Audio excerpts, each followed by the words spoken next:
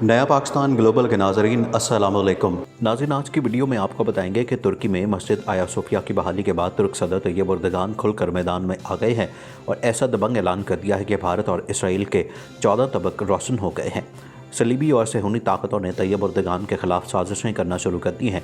Tayyip Erdogan ने मुस्लिम उम्मा के हकीकी लीडर होने का सबूत दे दिया। अमेरिका, इसराइल और सलीबी ममालिक ने तैयब एर्दोगान के खिलाफ साजिशें करना शुरू कर दी हैं। पाकिस्तान के वज़ीर-ए-आज़म इमरान खान भी मैदान में कूद पड़े हैं और आलमी सतह पर मुसलमानों की तर्जुमानी का बेड़ा उठा लिया है। इसराइल और भारत इस कदर खौफजदा हो गए हैं कि इनके ऐवानों में सन्नाटा छा गया है।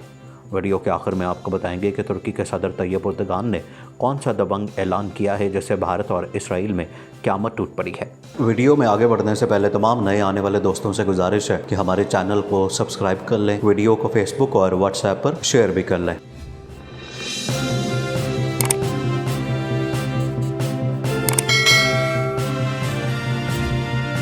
नाज़रीन, तुर्की के सदर तैयब एर्दोगान के दबंग ऐलान से मुतल्लिक बताने से पहले आपको बताते हैं कि बाबरी मस्जिद की जगह को क्यों मतनाज़ बनाया गया और इससे कितने मुसलमानों के दिल धड़कते हैं। मोदी सरकार लद्दाख में नाकामी की परेशानी से बाहर नहीं निकली थी कि एक और परेशानी ने आन घेरा है। भारत में मुसलमानों की नुमाइंदा जमात के सरबराह असदुद्दीन अवैसी भी मैदान में आ चुके हैं और बाबरी मस्जिद की शहादत का हिसाब किताब बराबर करने का हतमी फैसला कर लिया है। भारतीय वज़ीर-ए-आज़म नरेंद्र मोदी को अंदरूनी महाज पर एक और झटका लगा है, जिससे मोदी सरकार की मुश्किलात में मजीद इजाफा हो गया है। भारतीय सुप्रीम कोर्ट की जानिब से अयोध्या में बाबरी मस्जिद की तामीर से मुतल्लिक इंतहाई अहम फैसले का ऐलान किया गया है, जिसमें कहा गया है कि बाबरी मस्जिद को उसी जगह तामीर का हक दिया जाए जहां पर यह पहले से मौजूद है और राम मंदिर को किसी और जगह अयोध्या से बाहर मुंतकिल कर दिया जाए। यह फैसला आने की देर थी कि हिंदू इंतहा पसंदों पर क़यामत टूट पड़ी है। योगी आदित्यनाथ और अमित शाह ने इस फैसले को मानने से इनकार करते हुए सुप्रीम कोर्ट में इसके खिलाफ अपील दायर करने का ऐलान कर दिया। अयोध्या में बाबरी मस्जिद की जगह राम मंदिर की तामीर का तनाज़ा कई साल से जारी था और गुज़श्ता साल सुप्रीम कोर्ट के फैसले के बाद राम मंदिर की तामीर का रास्ता हमवार हो गया था। सुप्रीम कोर्ट के फैसले की बुनियाद पर राम मंदिर ट्रस्ट का क़याम अमल में आया। उस ट्रस्ट ने अपने एक एलामिया में कहा कि इंडिया और चीन के दरमियान सरहद पर हालात संगीन है और ऐसे में मुल्क का दिफा सबसे अहम है। ये फैसला लद्दाख में वादी गुलवान में चीन और इंडियन फ़ौजियों के दरमियान पुरतशद्दुद झड़प के बाद किया गया है, जिसमें भारत के कम अज़ कम 20 फ़ौजी हलाक हो गए।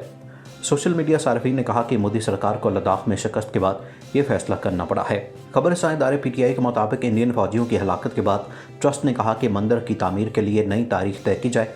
PTI के मुताबिक राम मंदिर ट्रस्ट के रुकन अनिल मिश्रा ने कहा कि मंदिर की तामीर की शुरुआत के मुतालिक फैसला हालात के पेश नज़र किया जाएगा और इसका बाज़ाब्ता ऐलान किया जाएगा। ट्रस्ट ने वादी गुलवान में मरने वाले इंडियन फ़ौजियों को खराज तहसीन पेश किया, जबकि मुख्तलिफ हिंदू तंजीमों ने अयोध्या और मुल्क के मुख्तलिफ हिस्सों में चीन के खिलाफ मुजाहरे किए। पिछले साल भारतीय सुप्रीम कोर्ट की जानिब से बाबरी मस्जिद के खिलाफ फैसला सामने आया था, जिससे भारत समेत दुनिया भर के मुसलमानों में तशवीश की लहर दौड़ गई और दुनिया भर से इस फैसले के खिलाफ आवाज़ें उठना शुरू हो गई थी। अब एक बार फिर पाकिस्तान की जानिब से भी इस मामले को उठाया गया है, क्योंकि दुनिया आलमी वबा से निबरत आसमां है, जबकि नरेंद्र मोदी ने बाबरी मस्जिद की जगह राम मंदिर की तामीर शुरू करने का ऐलान कर दिया। पाकिस्तान ने दबंग ऐलान करते हुए कहा कि बाबरी मस्जिद की जगह राम मंदिर की तामीर भारत में हिंदुत्व एजेंडे को बेनकाब करता है। 9 नवंबर 2019 को बाबरी मस्जिद से मुतल्लिक सुप्रीम कोर्ट का फैसला एक मतनाज़ फैसला था, जिसने इंसाफ के तकाज़ों की धज्जियाँ उड़ा दी। उसके साथ ही पाकिस्तान ने शहरियत तरमीमी बिल और नई दिल्ली फसादात में मुसलमानों के कत्लेआम पर गहरी तशवीश का इजहार किया। पाकिस्तान ने भारतीय सुप्रीम कोर्ट के फैसले को मतनाज़े और गलत करार दिया। दूसरी जानिब जस्टिस रंजन गोगोई की क़यादत वाली 5 रुकनी बेंच ने 40 दिनों के समाअत के बाद गुज़श्ता साल नवंबर को इत्तफ़ाक़ राय से फैसला सुनाया। उस फैसले में अदालत ने मतनाज़े मकाम पर पूजा के हक़ को मंजूरी और मस्जिद के लिए 5 एकड़ ज़मीन देने का हुक्म दिया। जस्टिस गोगोई ने अपना फैसला सुनाते हुए कहा कि ज़मीन की मलकियत का फैसला मजहबी अकीदे के बुनियाद पर नहीं किया जा सकता। मलकियत का फैसला सिर्फ कानूनी बुनियादों पर किया जा सकता है। उन्होंने कहा कि महकमा आसार कदीमा के मुताबिक अयोध्या की बाबरी मस्जिद 1528 में किसी खाली ज़मीन पर नहीं बनाई गई थी। आसार कदीमा के मुताबिक मस्जिद के नीचे किसी मंदिर की बाक़ियात नहीं थे और महकमे ने उसके सबूत भी पेश किए थे। भारतीय सुप्रीम कोर्ट ने 1992 में शहीद की गई बाबरी मस्जिद की ज़मीन हिंदू इंतहा पसंदों को दे दी और हुकूमती सरपरस्ती में मंदिर तामीर कराने का फैसला कर लिया। भारतीय सुप्रीम कोर्ट ने रिमार्क्स दिया कि मुसलमानों को मस्जिद की तामीर के लिए अयोध्या में मतबादल जगह दी जाएगी। अदालत ने शिया वक्फ बोर्ड की दरख्वास्त भी मुस्तरद कर दी। भारतीय सुप्रीम कोर्ट ने मजीद रिमार्क्स दिए कि मुसलमान मतनाज़ जगह को बाबरी मस्जिद और हिंदू राम जन्मभूमि कहते हैं। متنازع جگہ ہمیشہ سے مسلمانوں کی ملکیت میں تھی۔ مسلمانوں نے کبھی بھی وہاں نماز پڑھنا نہیں روکی۔ اندرونی حصے پر مسلمان نماز ادا کرتے تھے اور باہر چبوترے پر ہندو پوجا کرتے تھے۔ مسلمان اور ہندو فریق دونوں کا دعویٰ ایک جیسا ہے، لیکن جس مقام پر بابری مسجد تعمیر تھی وہ قطع زمین ریاست اتر پردیش کے ضلع ایودھیا میں واقع ہے۔ بابری مسجد تنازع کا مرکزی نقطہ یہ ہے کہ ہندوؤں کے مطابق مغل بادشاہ بابر کے زمانے میں اس مسجد کی تعمیر سے ان کے دیوتا رام کی جنم بھومی تک رسائی ختم کر دی گئی۔ کیا واقعی مسجد کی تعمیر سے پہلے وہاں کوئی ہندو مندر موجود تھا جسے گرا کر یا اس میں کوئی ترمیم کر کے مسجد بنائی گئی تھی؟ ہندو شدت پسند گروہوں نے بابری مسجد کو 6 دسمبر 1992 کو تباہ کر دیا اور اس کے بعد ہی اس قطع زمین کی ملکیت کے حوالے سے ایک مقدمہ الہ آباد کی ہائی کورٹ میں درج کرایا گیا۔ جب دنیا میں مسلم بلاک سے تعلق رکھنے والے مسلمان اپنے بھارتی مسلمان بھائیوں کا حق دلانے کے لیے اٹھ کھڑے ہوں گے، تب بھارت کا نقشہ نشان عبرت میں بدل جائے گا۔ تو پھر اقوام متحدہ اور امریکہ بھارت کی حمایت میں گلے پھاڑتے نکل کھڑے ہوں گے۔ بھارت کے مسلمان عقل سے کام لیتے اور بی جے پی RSS کے گنڈوں کی سیاست اور مکاری کو سمجھ لیتے تو بھارتی مسلمان اپنی تباہی سے بچ سکتے تھے، مگر افسوس ہے کہ ان کی عقل پر پردہ پڑا ہوا تھا۔ مودی کو اگلے 5 سال کے لیے جتوا کر اپنے ہی ہاتھوں اپنی تباہی کا سامان کر بیٹھے ہیں۔ مودی کے لچھن پہلے ہی بتا رہے تھے کہ دوسری بار اس کی کامیابی کے بعد بھارت کے مسلمانوں کی زندگیاں بی جے پی کے گنڈوں کے ہاتھوں تنگ سے تنگ ہوتی جائیں گی۔ آج ہندوستان میں دہشت گرد اعظم نریندر مودی کے ہاتھوں بھارتی مسلمانوں پر ظلم و ستم کی نئی داستان رقم ہو رہی ہے۔ اب یہ وقت ہے کہ ہندوستان کے مسلمان اپنے گناہوں کی اللہ رب العزت سے معافی مانگیں اور اپنے ماضی سے کچھ سیکھ لیں اور بدمعاش نریندر مودی سے نجات پا کر بھارت بھر میں اسلام کا پرچم لہراتے ہیں۔ دوسری جانب بھارت کی ابتدائی قیادت بخوبی آگاہ تھی کہ بھارت مختلف مذاہب اور قومیتوں پر مشتمل ایک ملک ہے، اس لیے اس کی بقا اور خوشحالی کا راز سیکولرزم میں پوشیدہ ہے، بھلے وہ دکھاوے کی حد تحقیق کیوں نہ ہو۔ یہی وجہ ہے کہ بھارتی آئین کی بنیاد سیکولرزم پر رکھی گئی، جس کے سب سے بڑے علمبردار خود مہاتما گاندھی تھے، جنہوں نے اپنی زندگی کا بیشتر حصہ مختلف مذاہب کے درمیان ہم آہنگی کو فروغ دینے کے لیے وقف کیا تھا۔ ترکی میں مسلم دنیا کی نئی تاریخ رقم ہو گئی ہے، جہاں پر 86 سال پرانی مسجد کو بحال کر دیا گیا ہے۔